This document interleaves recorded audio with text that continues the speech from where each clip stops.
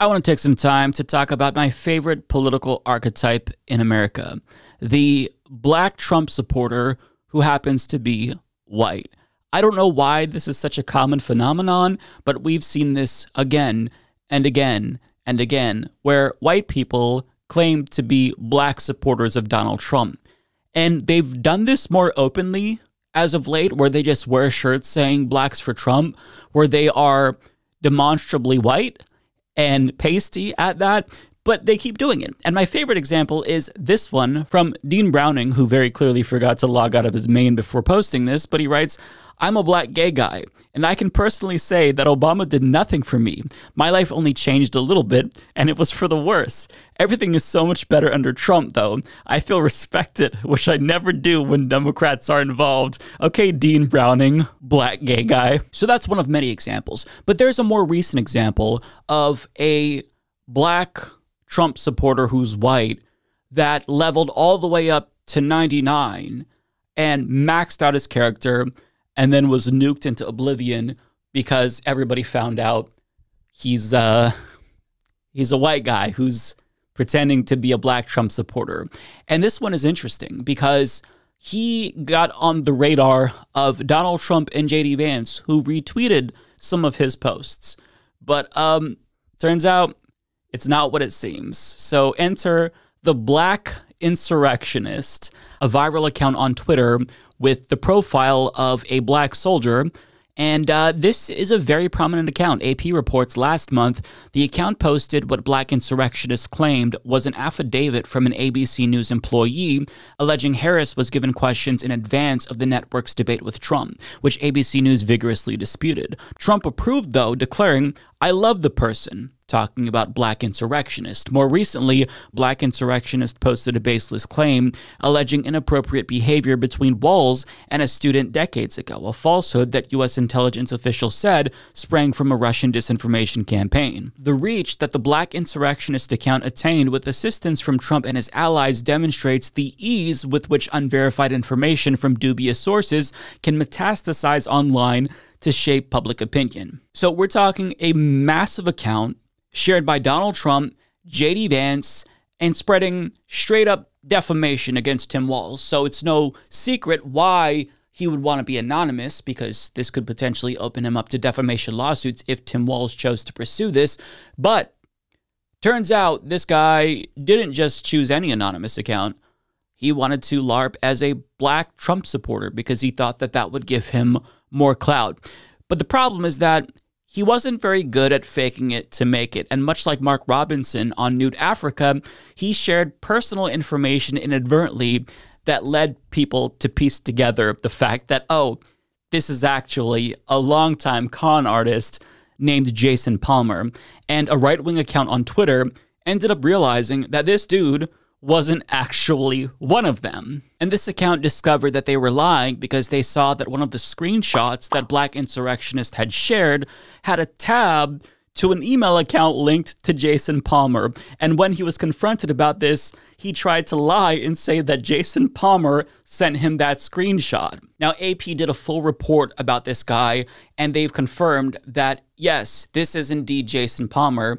And by the time AP got a hold of this, he confessed that, yeah, he's associated with the account, but he doesn't know where the account came from. He didn't start the account. He was still feigning ignorance, but he had an excuse that resonated deeply with me. Do you want to know what his excuse was? He has a black friend, and even though he was in control of the account partially, his black friend was indeed posting. Therefore, Black Insurrectionist really is black. Folks. I love this excuse so much. It's so good, but it gets better. When they asked for information about his supposed black friend, he couldn't give them any details, not even a name. He couldn't make up a name on the fucking spot.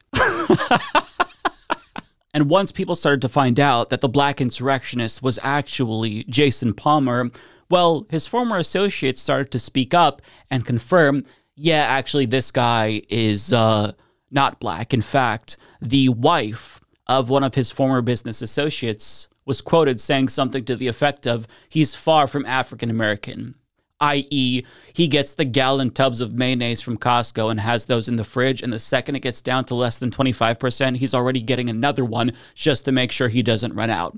That's what we're dealing with here. Now, the reason why so many people wanted to speak out against this guy is because he has a history of being a con man.